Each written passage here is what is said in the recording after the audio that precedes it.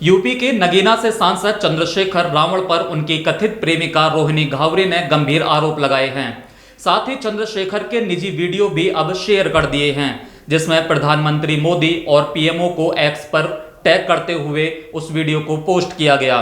रोहिणी घावरे ने एक के बाद कई पोस्ट किए, जिनके साथ वीडियो भी अटैच किए, जिसमें उन्होंने लिखा, रात के 3-3 बजे रो रो कर इस रिश्ते को बांधे रखता था। मैं समझा कर थक जाती थी, मत कर परेशान, तो मरने की धमकी देता था। इसने मेरी जिंदगी को तमाशा बना दिया।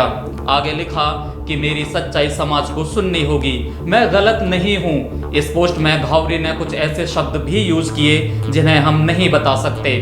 घावरे ने 24 सितंबर को एक और वीडियो शेयर किया, जिसके साथ में लिखा, इस अय्याश बेवड़े आदमी को मैं बहुजन आंदोलन के लायक बना रही थी, यही गलती है मेरी, और इसने मुझे समाज के सामने बदनाम किया। पुलिस मेरी नहीं सुन रही क्योंकि बीजेपी इसको बचा रही है, लेकिन समाज के सामने मैं साबित करूंगी कि गलत मैं नहीं, ये है। बहुजन वाल्मीकि समाज की बेटी के साथ हुए षड्यंत्र का पर्दाफाश करती रहूंगी। इससे पहले 22 सितंबर को एक पोस्ट किया, जिसमें लिखा, आदरणीय नरेंद्र मोदी जी, आपके कार्यकाल का यह सबसे बड़ा कलंक होगा जब एक वाल्मीकि दलित भारत की बेटी आपसे न्याय की गुहार लगाते हुए थक कर यूनाइटेड नेशन के मंच पर अपना जीवन समाप्त करेगी। अपने ही देश में मुझे आत्मसम्मान की लड़ाई नहीं लड़ने दिया गया। आरोपी को लगातार दिल्ली पुलिस बचाती रही, मैं एक एफआईआर भी नहीं करा पाई। इसकी वजह है गंदी राजनीति। पुलिस पीड़िता की नहीं, नेताओं की सुनती है। यह पूरा सिस्टम सिर्फ ताकतवर लोगों की आवाज सुनता है, देश के गरीब पिछड़े पीड़ितों की आवाज नहीं सुनता। स्वाभिमानी बेटियों की आवाज कौन सुनेगा? मेरे अंतिम अलविदा का इंतजार करना, शायद मेरे मरने के बाद देश की बेटियों की आवाज सुनी जाएगी। नीचे लिखा, जय हिंद, जय भारत, जय संविधान। प्रधानमंत्री मोदी के जन्मदिन पर वीडियो शेयर करते हुए घावरे ने अपना दर्द बयां किया था। मेरा नाम डॉक्टर रोहिणी घावरी है। मैंने 3 बार यूनाइटेड नेशंस में स्पीच देकर भारत का नाम रोशन किया। मैं हूं तो वाल्मीकि समाज से, इंदौर के वाल्मीकि समाज की बेटी हूं, लेकिन पिछले 5 साल से स्विट्जरलैंड में रह रही हूं। आज आपके जन्मदिन पर मैं अपने जीवन का एक कड़वा अनुभव आपके सामने रखना चाहती हूं।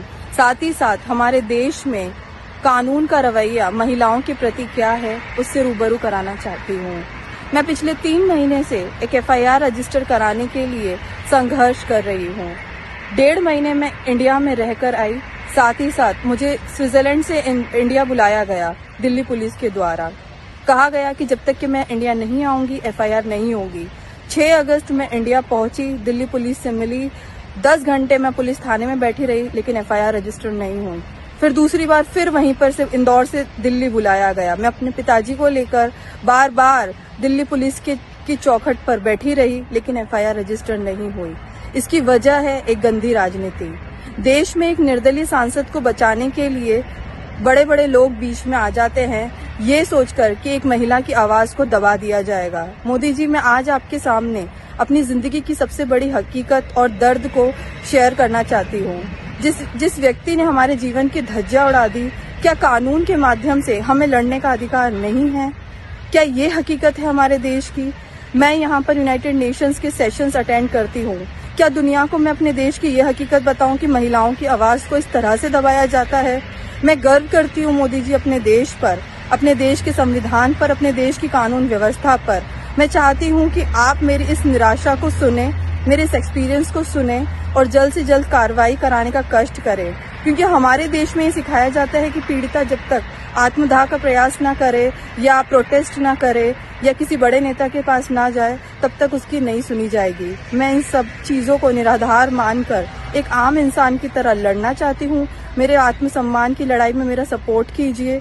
रोहिणी घावरी पिछले कई महीनों से इस मामले को सामने लाने की कोशिश कर रही हैं, लेकिन 24 सितंबर को घावरी ने चंद्रशेखर का एक फोटो, जो कि उनकी पत्नी और बच्चे के साथ है, वो शेयर किया, जिसका उन्होंने कैप्शन लिखा कि यह फोटो पहले क्यों नहीं डाले, मेरा जीवन बर्बाद करके खुशियां मना रहा है।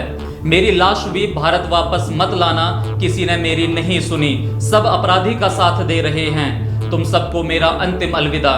यानी रोहिणी ने खुद को खत्म करने की धमकी दी है।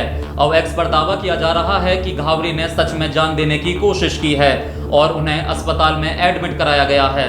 जितेंद्र प्रताप सिंह नाम के एक एक्स यूजर ने घावरी के पोस्ट को रिपोस्ट करते हुए लिखा कि मैंने स्विट्जरलैंड में रहने वाले अपने एक दोस्त से बात की तो पता चला कि रोहिणी घावरी ने सच में जहर खा लिया है।